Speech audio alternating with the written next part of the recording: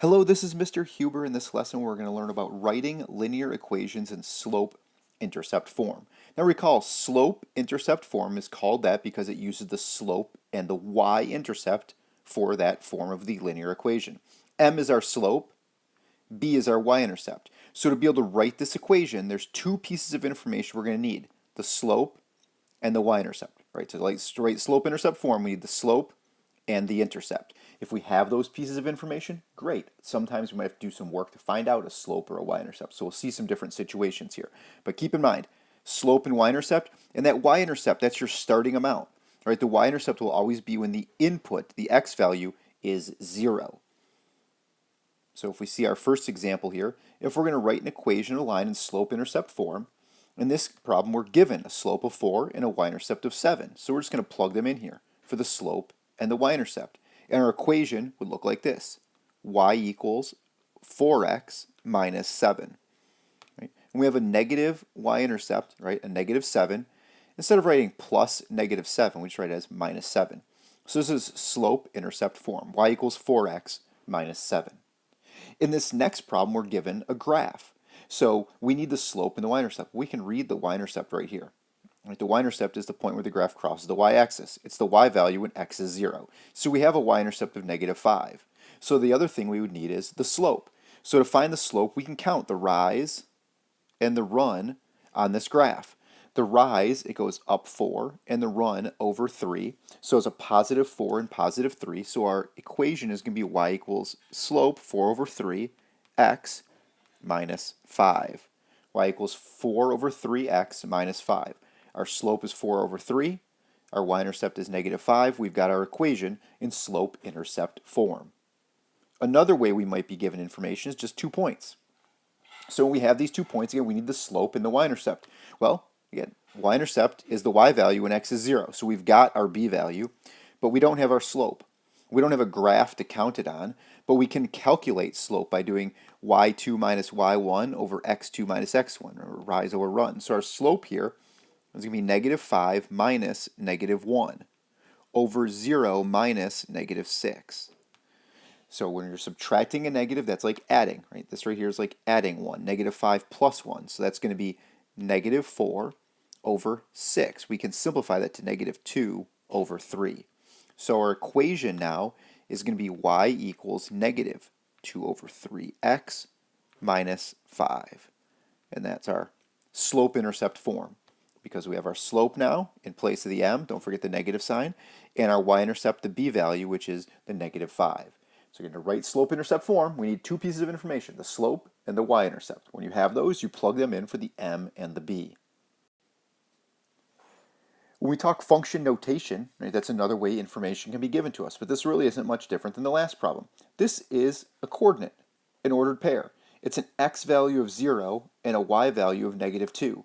This is like having the point written out as 0, comma, negative 2. And then this is the point 8, comma, 4. Right? This is our x value and the whole function. This is like saying y equals, f of x is our y, is like saying y equals 4. So the y is 4 when the x is 8. The y is negative 2 when the x is 0. So now I've got 2 points. So I can calculate the slope.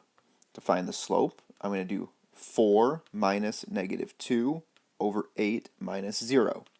That's going to be 6 over 8, which I could reduce to 3/4. And now I could write my equation. Y equals 3/4 x minus 2, because my y-intercept here is a negative 2.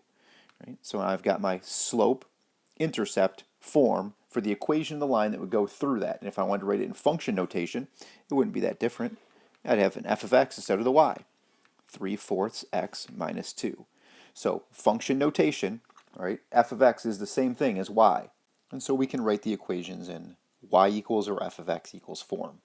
Before we see some more linear equations in slope-intercept form, a little break, a snack break. Pi, not the kind you'd eat, it's spelled different, just pi. It's a Greek letter here, pi, is the mathematical constant. It stands for the ratio of a circle's circumference to its diameter. And it's generally estimated as 3.14. On a calculator, you can have a pi button often that will give you a bigger string of decimals to calculate with pi. But 3.14 is a common way that we might remember it. I want you to look up what you think the world record is for the most digits of pi. And if you email me what the world record is for most digits of pi that's memorized by the start of the next class day, and tell me how many digits you have memorized yourself, I'll give you some extra credit. So some extra credit. Look up and see. You might be a little amazed. Think about what you think the record would be for how many digits someone has memorized, and then check out what it is and email me that for a little extra credit. All right, we see one more example here where we're going to write an equation for a line. Okay. This situation goes to a recording studio. They charge a fee of $50, initial fee. So remember, starting amount, that's important when we're dealing with linear equations. The starting amount is the y-intercept. It's the y value at the start at x of 0, at an input of 0. And the studio time costs an additional $35 per hour. So we've got some information here we can use. $35 per hour. That's a rate of change, which is slope. Okay, this is the m value, right? That's our slope. Initial fee of $50.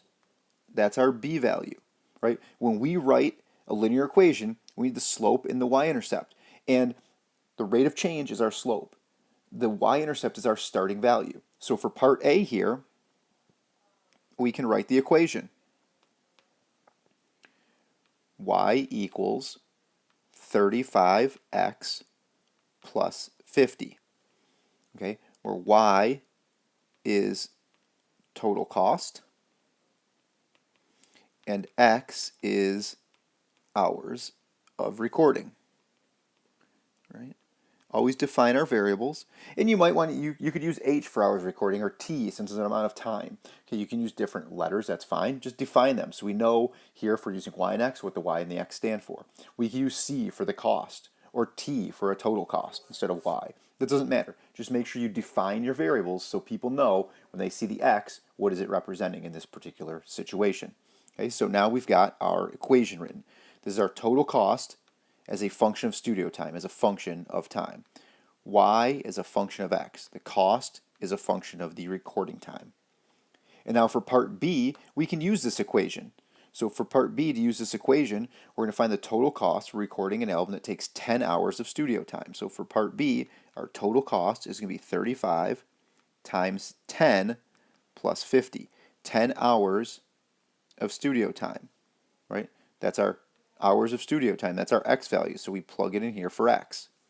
And we'd have y equals 350 plus 50, which would be 400 total dollars. Right? Because we have to add that $50 in for that initial fee, right? A starting amount. That's a starting fee. You're going to pay $50 even before you put any time in recording. Right? So a linear equation, rate of change, we see that in a real world scenario. Rate of change is our slope. A starting amount is the y-intercept, right? Where are you starting from?